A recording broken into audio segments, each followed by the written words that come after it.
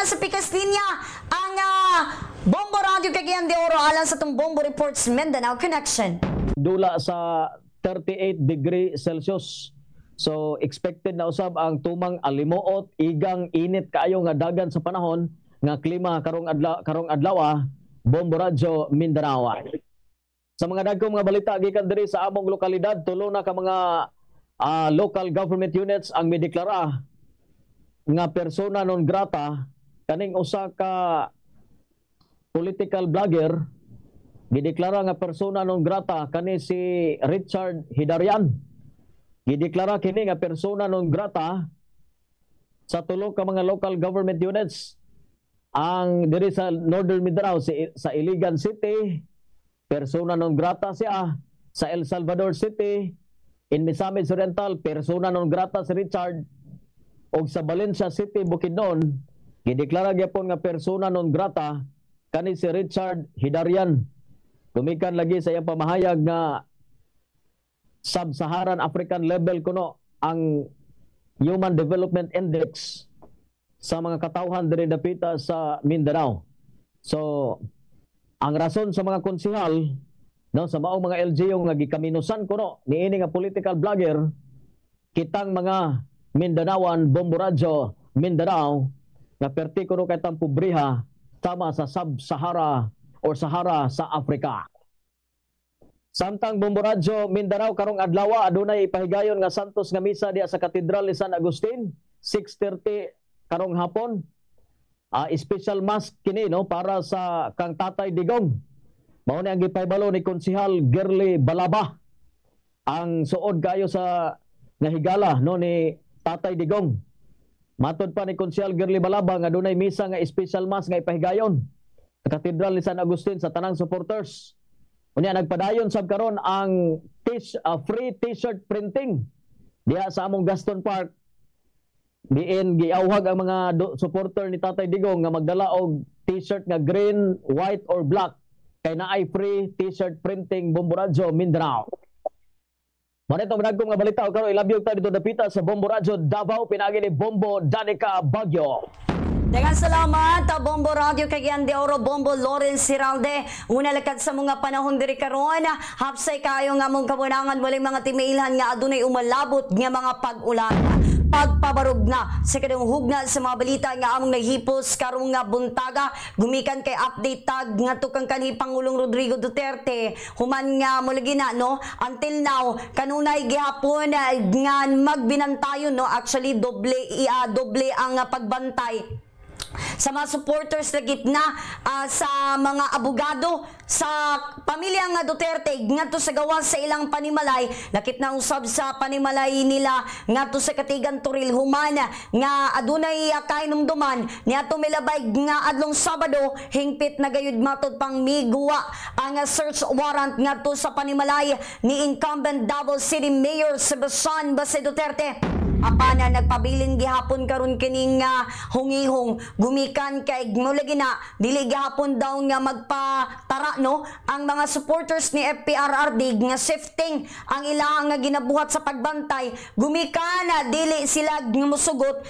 nga yanuhon na daw ang kani Pangulong Rodrigo Duterte diin kahinumduman ang asawa ni or common law wife ni FPRRD nga si Hanilet Avancenia na nawagan ni ngadto sa katawang Pilipino nga tabangan kuno sila pinaagi sa pag-ampo nga mamahimo nga makapauli na hingpit sa nasod Pilipinas ang kanhi Pangulong Rodrigo Duterte. Now kabay na usab ngene kainumduman nga adunay mga pipila ka mga doktor nga nangamatay nga gigamit kuno o gagi konsidera nga nahimong biktima sa pagpatuman sa war on drugs campaign lakip na sa mga nangamatay ora kaning biktima sa extrajudicial killings kaya kagahapon sa ato mga nahinabi usad nga kaning tulo ka mga doktor giklaro sa kampo niya Dr. Andutan nga matud pa wala namatay ang iyang amahan nga doktor gumikan na usab sa extrajudicial killings. Rason nga mapasalamaton kini ngadto sa Bombo Radio Philippines sa pinaagi ngadto sa ato nga mga programa, no, natagan sila gigayon nga may paklaro nga ang iyang amahan wala namatay gumikan sa extrajudicial killings. Gipaklaro na usab ngini nga matud pa na priso na ang iyang ang mipatay sa iyang amahan og dili ngadto sa druga, dili ngadto sa tukang apan gumikan sa jealousy kung sina na usab. Rason nga malipayon sila nga natagan sila gahigayon nga mamahimo nga mapaklaro ang ilahang nga kabahin. Now, dugang pausab no nga gitugutan matud pa nga makaduaw si Attorney Salvador Mediadilla sulod ngadto sa detention facility ni kanhi Pangulong Rodrigo Duterte. Kay gipakita ni Senator Robin Hood Padilla ang hulagway ni kanhi Executive Secretary Attorney Salvador Mediadilla nga gikaingong pasulod ngadto sa detention center sa ICC sa The Hague, Netherlands. Kagahapon ni aron doawon ang kanhi Pangulong Rodrigo Duterte kay kanhi si Attorney Mediadilla dili lang usa sa legal team ni FPRD kundi usa-usab kasuod niini nga higala panahon nga siya nangatungdanan isip kanhi Pangulong Duterte sa nasod Pilipinas. Kani kabahin niini kagahapon usab no adlaw sa oras sa Pilipinas na usab nagkigpulong si Vice President Sara Duterte ngadto na sa iyahang ora kaubanan nga mga legal team aron nga mao'y mamahimo nga hingpit nga muplastar sa mga pwede nga mamahimo nga gamiton aron hingpit nga makapauli ug makagawas na si kanhi Pangulong Rodrigo Duterte ngadto sa International Criminal Court sa The Hague, Netherlands. Kani kabahin ni ini no padayon gihapon nga ginaasikaso ni incumbent Davao City Mayor Sebastian Base Duterte ang iyang visa aron nga hingpit kini nga mamahimong nga makaapas ngadto ug makapauli na ang iyang nga ate diri kay kahinumduman ang kanhi Pangulong nga Duterte nagbutyag ni ngadto kang VP Sara Duterte nga dili biyaan ang nasod Pilipinas. So not until nga dili pa makapuli dito si Mayor Baste dili pag nga makabalik din sa nasod Pilipinas ang ato ang Vice Presidente. Hinoon ana dito nagpakahilom si Congressman Paulo Pulong Duterte kauban ang iyang ate yun man iyang igsuon nga si Vice President Sara Duterte aron nga hingpit nga mamahimo gayud nga makapauli na nagplano ni sila aron hingpit nga makapauli na sa nasod Pilipinas ang kanhi Pangulong Rodrigo Duterte. Bombo Radio Philippines, Mindanao area mo ka ng pagpabarog ngadto si kanang hugna atong ipasa ang linya ngadto sa Bombo Radio Jensen pinaagi ni Bombo Louie Aguilar. Salamat Bombo Radio Davao, Bombo Danica Baguio, Bombo Radio Philippines Mindanao area. Mayong buntag kanaton tanan o nalakas sa panahon sa among dakbayan nagpabilin karon nga mapanganuro ng kawalangan pero wala man mi ulan o wala mi naka-experience og ulan sa among palibot hangtod nagbuntag Bombo Radio Mindanao. Lauman mo karong adlaw nga init gyapon ang among masiltian nga lakat sa panahon. Sa katulong hugna sa mabalita sa Bombo Reports Mindanao Connection, dikumpirma sa mayor sa Malapatan Sarangani Province pinaagi ni Mayor Salway Sumbo Jr. nga dunay 7 ka mga trabahante sa gobyerno sa munisipyo nga nagpositibo sa paggamitan og gidiling droga. Kana human nga migawas ang resulta sa gipagayon nga surprise drug test sa nakalabayng adlaw. Gani sumala pa nga sa 7 ka mga trabahante sa gobyerno nga nagpositive, gikaingon nga 2 ang regular o 5 ang job order.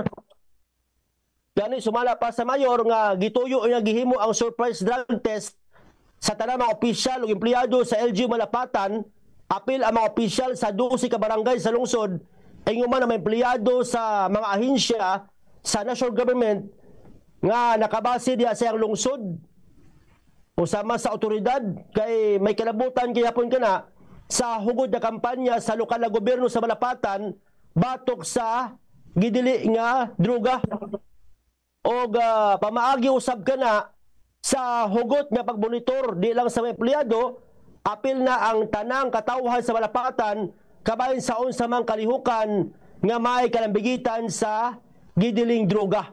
Now, sa niya nigawas ang resulta, nga nagpositibo ang pipila ka trabahante 7 ka buok, ang naitabo ang 5 ka job order automatic tanggal sa trabaho. Samtang ang 2 ka regular iagi matud pa sa proseso ang himuon sa lokal na gobyerno sa Malapatan. Hinoon dismayado si Malapatan Mayor Salway Sumbo sa pagdagan sa droga sa palibot karon, pero sumala pa niya nga maningkamot sila kauban ng kapulisan aron nga mapakgang kini pagkuyanap sa droga diha karon sa iyang ginsakupan Bombo Radio Philippines Mindanao area dungan sa pasalig nga dili konsente, dili itolerate kining ginahimo sa ubang taga-gobyerno nga paggamitan o gidiling droga samtang anaa sa serbisyo. Di sa magduha-duha sa pagtanggal sa trabahante oras nga mapatudan nga positive kini sa illegal drugs. Bombo Radio Philippines Mindanao area mo katulong hugna sa balita sa Bombo Reports Mindanao Connection ipasa ika-4 sa Bombo Radio Botuan pinaagi ni Bombo Binji Barasan. Salamat Bombo Loy Glars, Bombo Radio Johnson sa mulakat panahon doon ay ginagmay pagtutaligsik among nasinatian karon mga orasa diri sa amo ang dapit. Detalye na sa ika-4 nga ugnas mga balita sa Bombo Reports Mindanao Connection. Positibo sa paggamit sa ginadiling drogas ang suspisados paglugos sa usa ka 7 anyos nga batang babae sa may barangay Basag ning among syudad sa Butuan niadtong nakalabay nga simana. Ini ang gikumpirma ni Police Captain Dennis Bon ang EP sa may Butuan City Police Station number 4 ning among syudad sa Butuan. Sumapa nini nga sa migawas nga resulta sa drug test sa maong suspek. Nagpositibo kini sa paggamit sa ginaliling drogas. Gawas nga siya miangkon nga nakagamit siya illegal nga drogas adisir niya nahimo ang ngilngig nga krimen. O na nang misinggit justisya karon pamilya ining 7 anyos nga batang babae kansa gilogos sa usa ka gwardiya nga iya ra pong silingan nga si Dondon Asido. Dalapitas may barangay Basag. Sumapa sa amahan bata nga iya pang iya nang porsigido silang gipasakang kaso batok suspitsado kansa gituan niya nga nagagamit gayod og illegal nga drogas og wa gyud siya masayop gumikan kay tinuod labi pa sa resulta sa gihimong drug test ngadto sa suspek. Naglikay lang matud pa siya nga makita kining iyang silingan. Tod gay dili matud pa siya magkapasalig kung mapugngan ba niya iyang kaugalingon kay basig iya matud pa kining mahinaykan. Rason nga iya na lamang giatiman karon ang pagplaster sa haya siyang anak ilabi na ang bayrono niini sa punerarya. Ang gipanayag usab siyang apuhan sa biktima nga diyang ipauli ang kining suspitsado. Milili pa kini silang balay. Adi sir may diretso pagpauli ngadto sa ilahang panimalay og ibutang ang iyang mga gamit. Ya base sa saysay niining maong suspect nga ngadto sa among kapulisan nga gibalikan yang balay niining biktima og didto miagi sa pansayan og gialsa ang bata nga natulog niadtong tungura sa ilahang katre og gigawas dayong dalang ngadto sa iyang balay og didto na niya gipanamas-tamasan. Nagadagan pa ning bata apan iyang nagunitan og didto iyang giayog kulata. Resulta sa kamatayon og yapag yung gihagbong idahon sa abandonadong atabay. Karon ang kaso gisangat na against nining mga suspek aron kahataga justisya down ang gidagatan niining 7 anyos nga batang babae.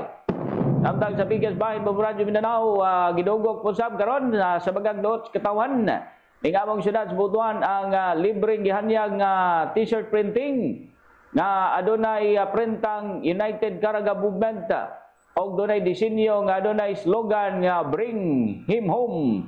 Ingon man huglagway usab sa kaning Pangulong Rodrigo Roa Duterte. Para Bombo Radio Mindanao ang ikapat nga ugnas mga balita gikan dapitas Bombo Radio Butuan this time atong ipalabi uto signals Bombo Radio Coronadal pinagi sabni Bombo Donald Pitogo. Salamat Bombo Radio Butuan, Bombo Benji Barasan, mga kabombo may buntag kanatong danan. Spanyimpas dakbayan sa kondada karang buntag sa Martes, pisa 18 sa bulan sa Marso 2025. Awan mo ang kawanangan og sanag na sa mo ang dakbayan karang buntag sa Martes. Awurog na sa ikalimang hugna sa atong mga balita sa Tumong Reports Mindanao Connection. Mga kabombo, upat ang patay nga ginapatihang katapos ang Dawla Islamiyah Hasan Group. Human makaengkwentro sa mga militar sa banwa sang Barira, Maguindanao del Norte. Giila ang mga napatay nga sanay Mustafa Kasan Kulaw alias Abu Saidin alias Pudin og iyahang anak nga si Alpa King og si Abdullah. Og naay usa ka wala pa mailhing personalidad. Base po sa report sang 1st Marine Brigade, nagpatagayon sa decisive military operation ang mga katapos ang 68th Marine Company, 65th Forces Reconnaissance Company, Forces Reconnaissance Group, og mga katapos ang Marine Battalion Landing Team 2 sa sitio Palau sang nakaengkwentro sa mga ini ang grupo ni Alpha King. Midugay sa malapas ang 5 ka minuto ang engkwentro nga may resulta sa pagkapatay sang upat ka mga katapos sang Dawla Islamiyah. Samtang wala po ipilason o patay sa grupo sa mga otoridad. Giganyat sa karon sang 6th ID Philippine Army ang mga remnants o mga nabilin pa nga mga katapos sa LTGs, Local Terrorist Groups o Communist Terrorist Group o CTGs nga sakop sang 6th ID Philippine Army. Ang masungka na pinagi sa Small Arms and Light Weapons Program sa kasuladuhan nga nakikitayuan punggan ang gubot labi na gid sa bugos nga banal nga bulan sa Ramadan og paabuton nga midterm election. So panawagan pod ni 6th ID Philippine Army spokesperson og Joint Task Force Central spokesperson Lieutenant Colonel Rodel Rabon nga tanang mga katapos ng CTG ug LTGs na monitor sa otoridad kay weekend o remnants na lang ang nabilin.